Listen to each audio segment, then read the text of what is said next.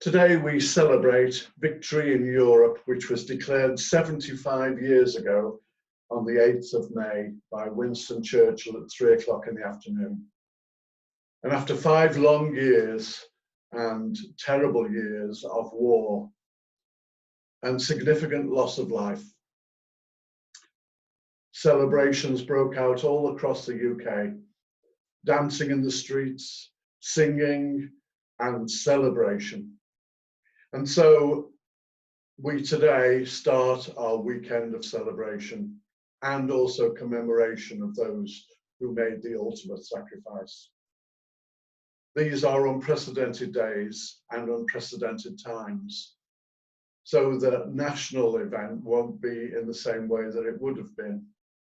But we're going to persevere and try to do our best to give thanks to God and praise Him for victory in Europe. There was still the victory in Japan to be won, which would happen in the autumn. But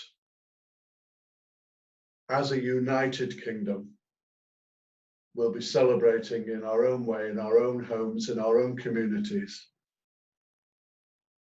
And this is our contribution to that.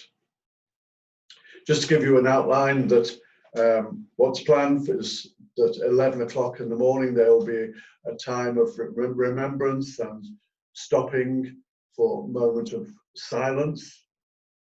Then at 2:55 the last post with 2 minutes silence, followed by 3 o'clock the nation's toast to the heroes of World War II.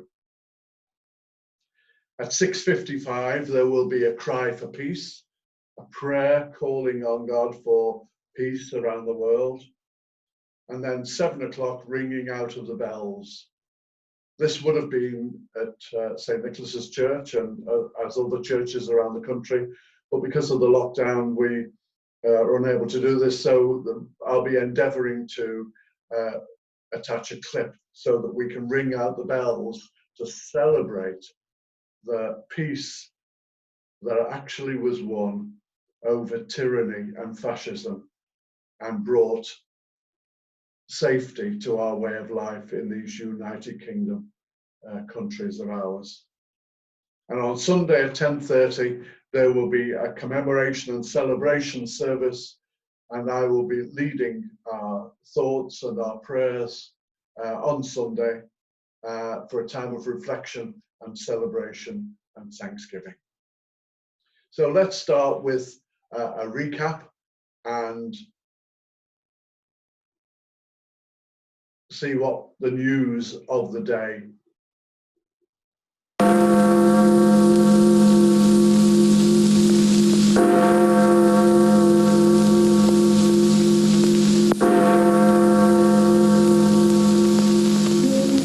Yesterday morning at 2:41 a.m.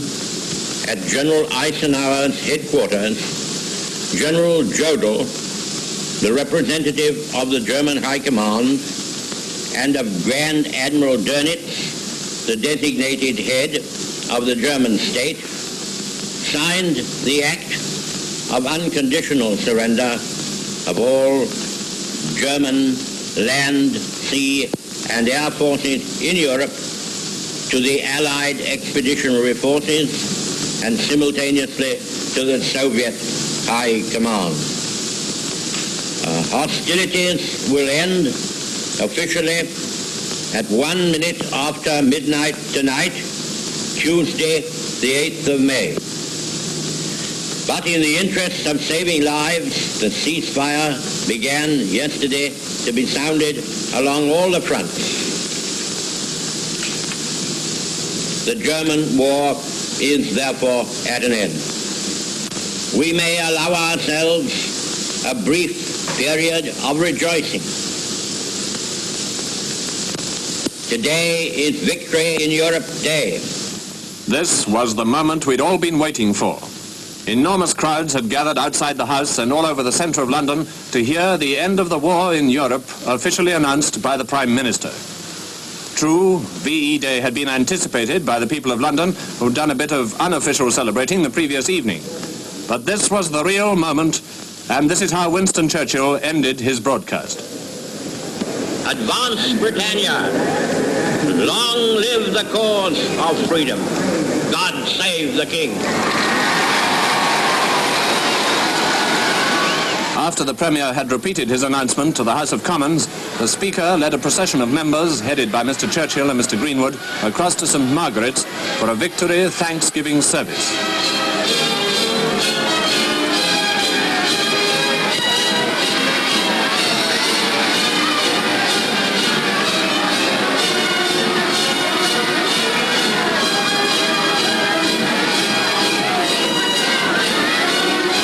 Meanwhile, of course, Londoners had begun their non-stop two-day celebration.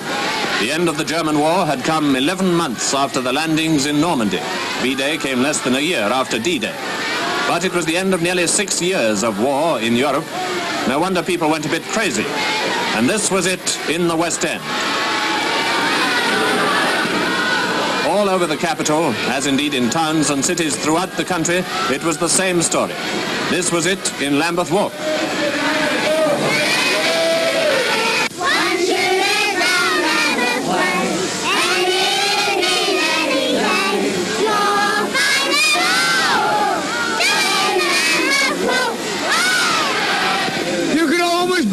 When the Lambeth people are about, there'll only be one winner. That's the Lambeth people will fight anybody in the United Kingdom or outside the United Kingdom. Almost right up to the end, London and southern England had been under fire.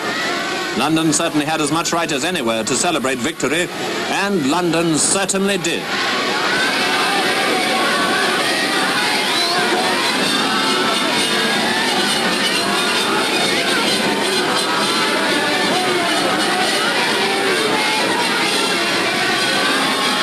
Naturally, approaches to Buckingham Palace were almost continually jammed. Vast crowds outside the palace cheering and waiting. And when the royal family appeared first by themselves and later with Winston Churchill, how they cheered.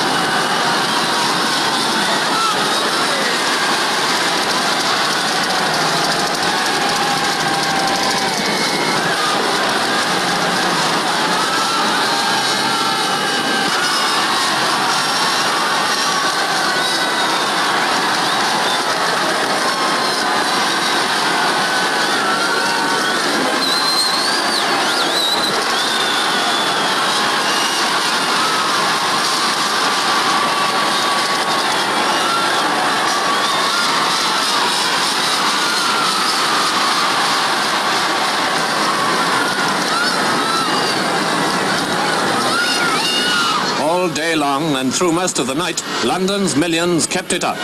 The real lights of London were not yet on, but that wasn't going to stop the celebration for a second. Everyone realized perfectly well that although the German war was over, the Japanese war was not. But for 48 hours at least, rejoicing was off the ration.